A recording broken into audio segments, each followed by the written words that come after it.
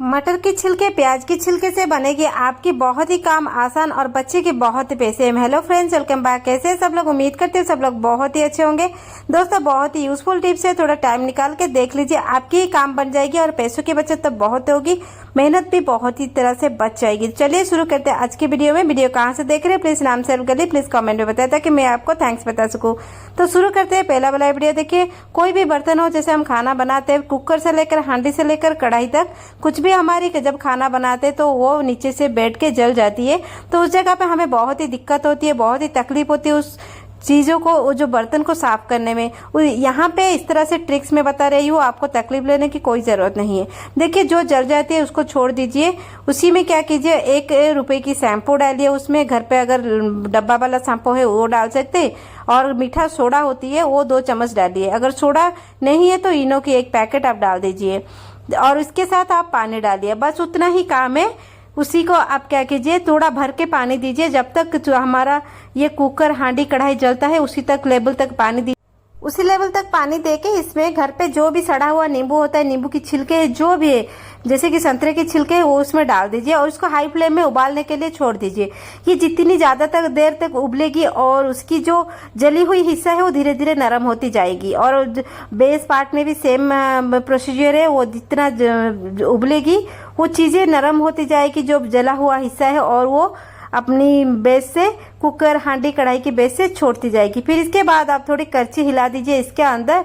हाँ, जब भी करछी हिलाएंगे, लोहे की नहीं कि स्टील की नहीं, लकड़ी की हिलाइए, क्योंकि हमारी बर्तन जो होती है दाग हो जाती है। और उसके बाद आप कुछ मत कीजिए, सीधा इसको नीचे लाइए। लाने के बाद देखिए आपके बर्तन की जो हालत हुआ था और ये बर्तन की हालत देखिए। कुछ भी करना आपको नहीं पड़ा, घंटों तक सिंक में खड़ा होना, बर्तन घिसना, कुकर को मांजना, वो सब कुछ गया, आपको कुछ करना नहीं पड़ा।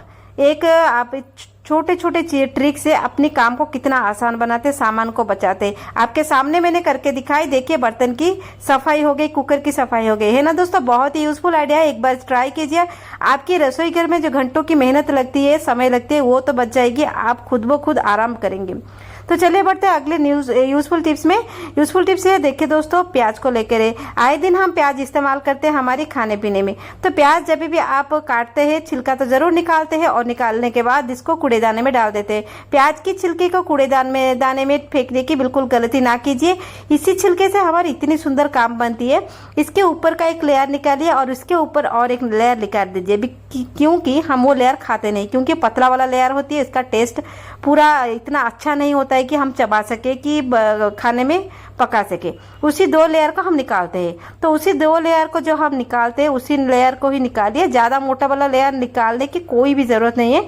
आपकी प्याज की काम जो होती है, यहाँ पे प्याज की ये खाना भी बन जाएगा यार, यहाँ पे आपकी छिलके की। तो निकालने के बाद मैं यहाँ पे देखिए, जो पूरा ऊपर का छिलका है उसको मैं फेंक दूंगी, और उसके नीचे जो 2 लेयर के छिलके हैं जिसको हम यूज नहीं करते, ना मसाले में करते हैं ना पकाने में, उसी को ही मैं निकाल के एक बर्तन में रख लेती हूँ। बस उसी से ही मेरा काम बन जाएगी, और कोई प्याज की जरूरत भी बिल्कुल नहीं है। आपके सामने करके दिखा रही हूँ, आप ध्यान से देख लीजिए। तो देखिए, यहाँ पे हो गया। अब सारे छिलके मैंने निकाल दिया। अब इसको फेंक देती हूँ। फेंकने की भी जरूरत नहीं है, इसको आप चाय पत्ती में डाल के आपकी बाल धो सकते हैं। बस देखिए, सारे चीजों से मैं काम बता रही हूँ। तो उसी जो प्याज की छिलके है उसमें आप कुछ भी स्टफिंग डाल सकते हैं, आपकी मर्जी है। मैंने आलू बनाई थी, मसाला आलू, उसी की स्टफिंग दे रही हूँ। आप इसमें चावल की स्टफिंग डाल सकते हैं, कुछ भी सब्जी वगैरह की स्टफिंग डाल सकते हैं, आपकी चॉइस है। आपकी खाने के टेस्ट आप ऊपर नीचे कर सकते हैं। तो मैं यहाँ पे आलू की स्टफिंग बना के यहाँ पे ये प्याज की छिलके की शेप जो भी है उसी हिसाब से डाल रही हूँ। मुझे कोई शेप चेंज करने की जरूरत नहीं है। सीधा आप एक बेसन की घोल बनाइए, पतला वाला घोल, ज्यादा मोटा नहीं और ज्यादा पतला भी नहीं, मध्यम धरण की एक घोल बनाइए। इसको तेल में तल दीजिए। कितनी देर की बात है, देखिए दोस्तों, आपकी एक खाने की रेसिपी ये बन गई। आप किसी के भी साथ ले सकते हैं, दाल चावल अचार पापड़ के साथ ले सकते हैं, चाय के साथ ले सकते हैं, आपकी मर्जी है। देखो, खाना हम अपने हिसाब से टेस्ट बनाते हैं, तो हम अपने हिसाब से टेस्ट बना लिए। मैं अपनी आइडिया आपके साथ शेयर कर रही हूँ। आप इसको ट्राई करके देखिए, बहुत ही यूजफुल का आइडिया है। फिर इसके बाद अगर आलू की स्टफिंग, कुछ भी स्टफिंग डालना नहीं चाहते, सीधा आप बेसन के बैटर में इसको डिप कीजिए, फिर फ्राई कीजिए। हाँ, जब भी इसको फ्राई करेंगे इसको तेल में डालेंगे और निकालेंगे, क्योंकि प्याज के छिलके बहुत ही पतले होते हैं, जल्दी ये जल जाते हैं। लो फ्लेम पे इसको भुनिए, मतलब फ्राई कीजिए, निकाल दीजिए। हो गया आपकी प्याज के छिलके की खाना, हो गया शाम की एक चाय के साथ बहुत ही अच्छी वाली खाना। तो चलिए बढ़ते अगले यूजफुल टिप्स में। ठंडी चल रही है, मतलब हमारी विंटर सीजन चल रही है, उसमें इसी टाइम पे हमें बहुत सारी दिक्कत होती है, खास करके हमारे पैरों में बहुत ही तकलीफ होती है। पैर फट जाते हैं, पैर में एक ड्राइनेस आ जाती है, मॉइस्चर ख़त्म हो जाती है और फ्लोर हमारी ठंड होती है। इस टाइम पे आप क्या करेंगे? तो देखिए, हमारे घर पे जो भी पॉलीथीन वगैरह होती है, बहुत सारे पॉलीथीन हमारे घर पे होती है, उसको आप डायरेक्टली लीजिए, आपके पैर में डाल दीजिए। थोड़ा बड़ा वाला पॉलीथीन लीजिए, पैर को इसी के अंदर डाल दीजिए और अच्छे से गांठ लगा लीजिए, 2-3 गांठ लगा लीजिए, दोनों पैर को सेम कीजिए। हाँ, ये बच्चों के ऊपर मत कीजिए, क्योंकि बच्चे बहुत इरिटेट होते हैं। इतने हम लेडीज के लिए बोल रही हूँ मैं, वो जो ज़्यादा उम्र की हमारी दादी नानी होती है, सास ससुर होते हैं, उनके आप यूज़ कर सकते हैं। पैर में हमारे पॉलीथीन हो गए। अब चलिए नेक्स्ट आइडिया देखते हैं। ये आइडिया ये है कि एल्युमिनियम फॉइल हमारे घर पे होती है। एल्युमिनियम फॉइल लीजिए और थोड़ा ज़्यादा बड़ा लीजिए, जैसे कि आपके हिसाब से। तो फॉइल को मैंने 2 पार्ट में काट लिया। काटने के बाद आपके पैर के हिसाब से फॉइल ले लीजिए और इसको क्या कीजिए, पैर के नीचे रख के आप ऐसे फॉइल को आप अच्छे से मोड़ लीजिए। जैसे फॉइल की शेप हो जाती है, आप जैसे शेप देंगे ऐसे ये बन जाएगा। तो बन गया हमारा ये पॉलीथीन के ऊपर हमारी फॉइल की एक कोटिंग हो गई। ठीक है, देखिए जुगाड़ आप लगाएंगे, जितना लगाएंगे आप जितना सेफ रहेंगे। और यहाँ पे हो गया, दोनों पैर को अच्छे से फॉइल के अंदर रख लीजिए, फिर इसके ऊपर आप सिंपली सॉक्स डाल दीजिए।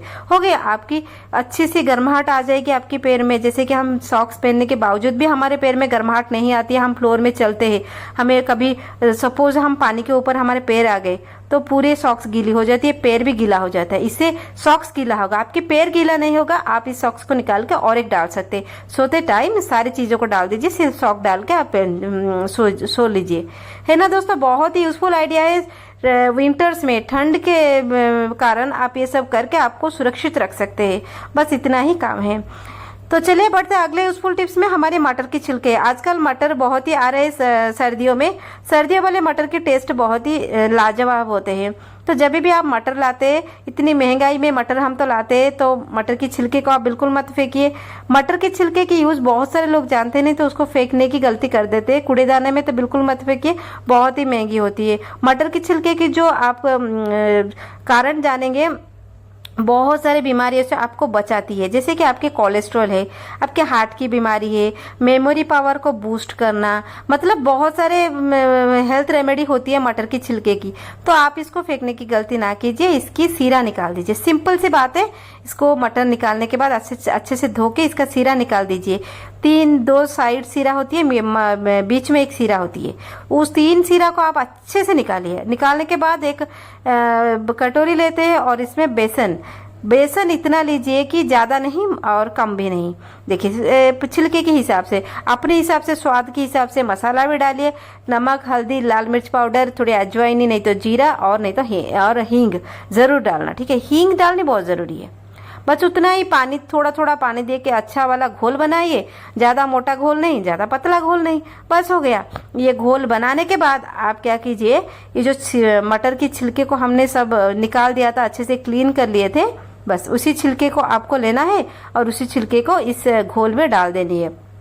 आप चाहे तो एक एक करके डाल सकते, नहीं तो समय की कमी है तो आप जल्दी में है तो सारे छिलके को एक साथ डाल दीजिए। हाँ, ये काम आप ज़्यादा मोटा वाला घोल मत बनाइए, ताकि इसके ऊपर पूरा मोटा वाला कोटिंग आ जाए, आपको बिल्कुल अच्छा नहीं लगेगा। पतला वाला पूरा, ठीक है, पूरा पतला नहीं, पूरा मोटा नहीं, जो उस मध्यम धरण की जो घोल होती है। देखिए मैंने अच्छे से घोल के इसके अंदर डाल देती हूँ, तेल के अंदर। तेल को पूरा गर्म कर लीजिए, फिर इसका मीडियम फ्लेम कर लीजिए। करने के बाद तेल में डालिए। डालने के बाद ये तुरंत पक जाती है, देखिए इस तरह से। और जो कोटिंग है कैसे बना है, मोटा नहीं कि पतला नहीं, ये खाने में इतना स्वादिष्ट बनता है दोस्तों, आप बिलीव नहीं कर पाओगे। ओ माय गॉड, इतना टेस्ट होता है ये। चाय के साथ, शाम की चाय के साथ आप ले लीजिए, दाल चावल के साथ, मज़ा आ जाएगा दोस्तों। खाने में मज़ा आ जाएगी, हेल्थ बेनिफिट भी आपको मिल जाएगी, बहुत सारे काम भी हो गए, मटर की छिलकों को फेंकने की जरूरत नहीं। कैसा लगा आइडिया, प्लीज़ कमेंट में बताइए। तो चलिए मिलते हैं कल की वीडियो में।